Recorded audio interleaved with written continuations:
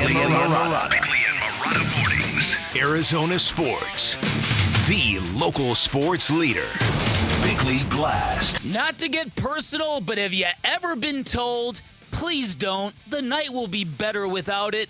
Maybe it happened when you wanted that one glass of bourbon or when you wanted to invite a friend along on date night. But did you ever think an NBA star would say those words about a potential tribute video? Please don't. The night will be better without it. Welcome to Kevin Durant's world, folks. KD returns to Brooklyn tomorrow night, and if you haven't heard, he is pleading with the Nets to forego the video board recognition because they didn't accomplish anything as a team during his time in Brooklyn, and I love KD for having that perspective, even though I'm hearing the Nets are going to honor him anyway. But here's the thing. KD was never the problem in Brooklyn. On the court, he was fantastic. It was as his availability that was an issue, and in the end, all the drama came from Ben Simmons, James Harden, and Kyrie Irving. Their attempts at a super team was indeed a disaster, but Durant held up his end of the bargain, and nobody would begrudge him that. Yet KD is also smart enough to know how a tribute video will be trolled and trashed in the coming days once it happened, which is kind of good because it also means KD is smart enough to know what will happen if he helps lead the Suns to their first title in nearly 6 decades, delivering us all from our own brand of eternal torment.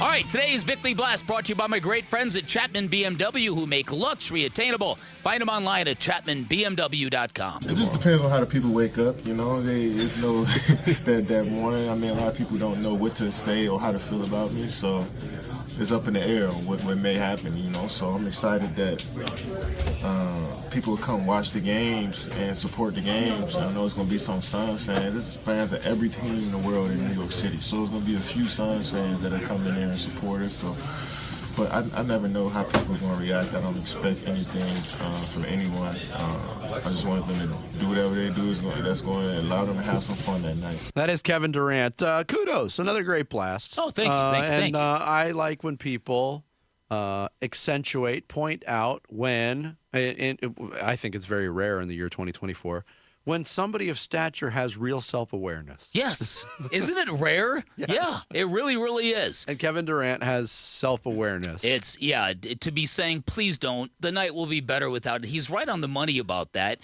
Frank Isola is my guy who said the Nets are doing it anyway because they feel like they have to. And Kevin Durant was really good in Brooklyn, and yet he gets folded into their failure. So the critics and the haters of KD, they lump on KD's decision to form his own super team in Brooklyn as a personal character flaw, the way that they kind of assign his decision to join the Golden State Warriors. It's a little different. It really is. Now, at the end of it, KD did ask out, and at the end of it, KD did help get Steve Nash removed, and at the end of it, KD did accept and give his blessings on a trade to Brooklyn, but I don't think Brooklyn would undo that trade.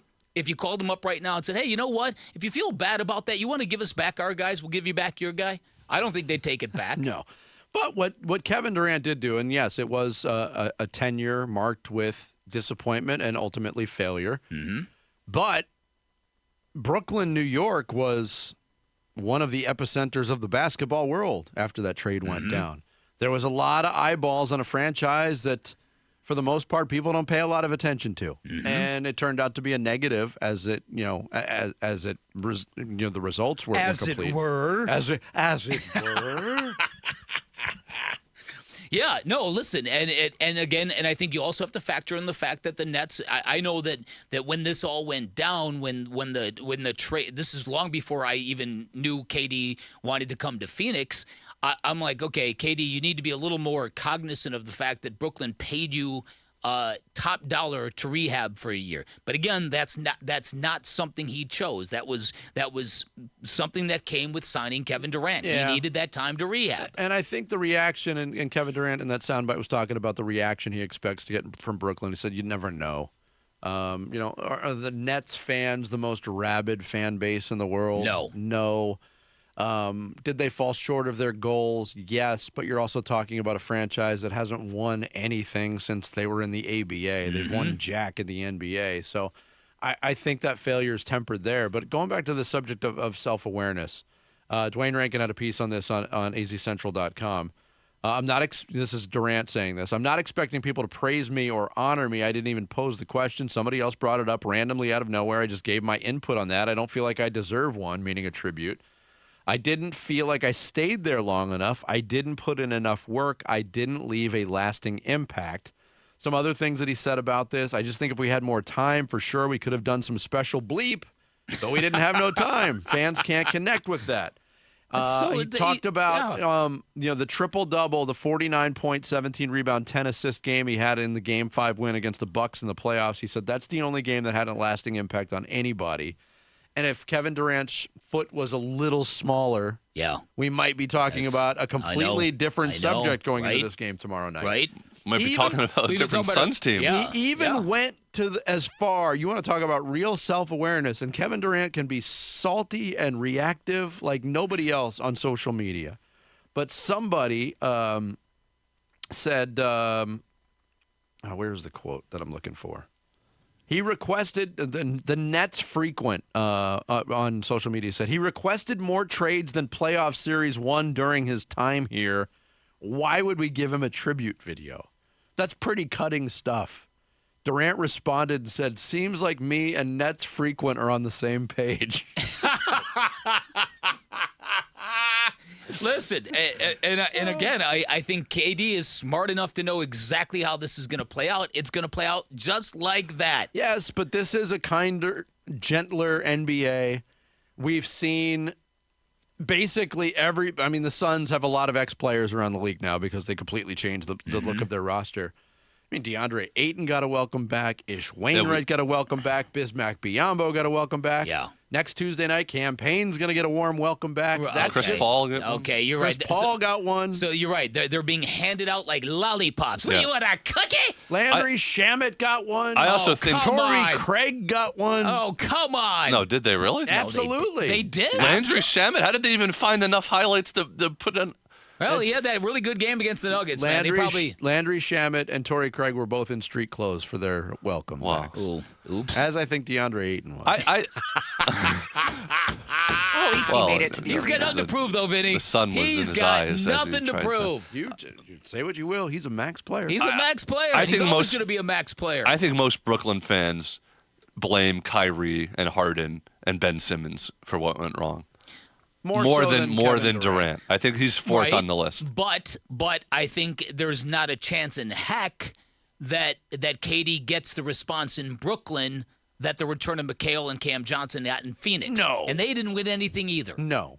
But they were here a lot longer. But they were a lot longer. they got to a finals. connected. They connected. They got to a final, and they certainly connected. Right.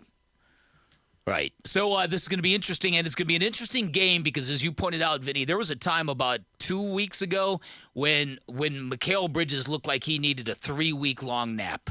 And people were wondering about his shooting and this and that. Yeah. And should we trade him and get draft picks for him the way we – and now they've kind of righted it. They're playing much better now. There was a piece on ESPN.com that was like 6 big trades we want to see before the deadline, and Bobby Marks put out, I'd love to see Mikal Bridges traded to the Knicks. And he said, don't get me wrong, it's not going to happen. Mm-hmm. You know the Knicks and the Nets have not gotten together on a trade since the 70s? Is that right? Who was the guy? Butch Beard? I'd have to look it up. It was certainly in the piece, but yeah. Okay. Yeah, that's tomorrow night. We'll have a lot more on that game coming up on tomorrow's show. Thanks for watching Bickley and Marotta. Click to see the latest Bickley Blast and hit the button in the middle to subscribe to Arizona Sports.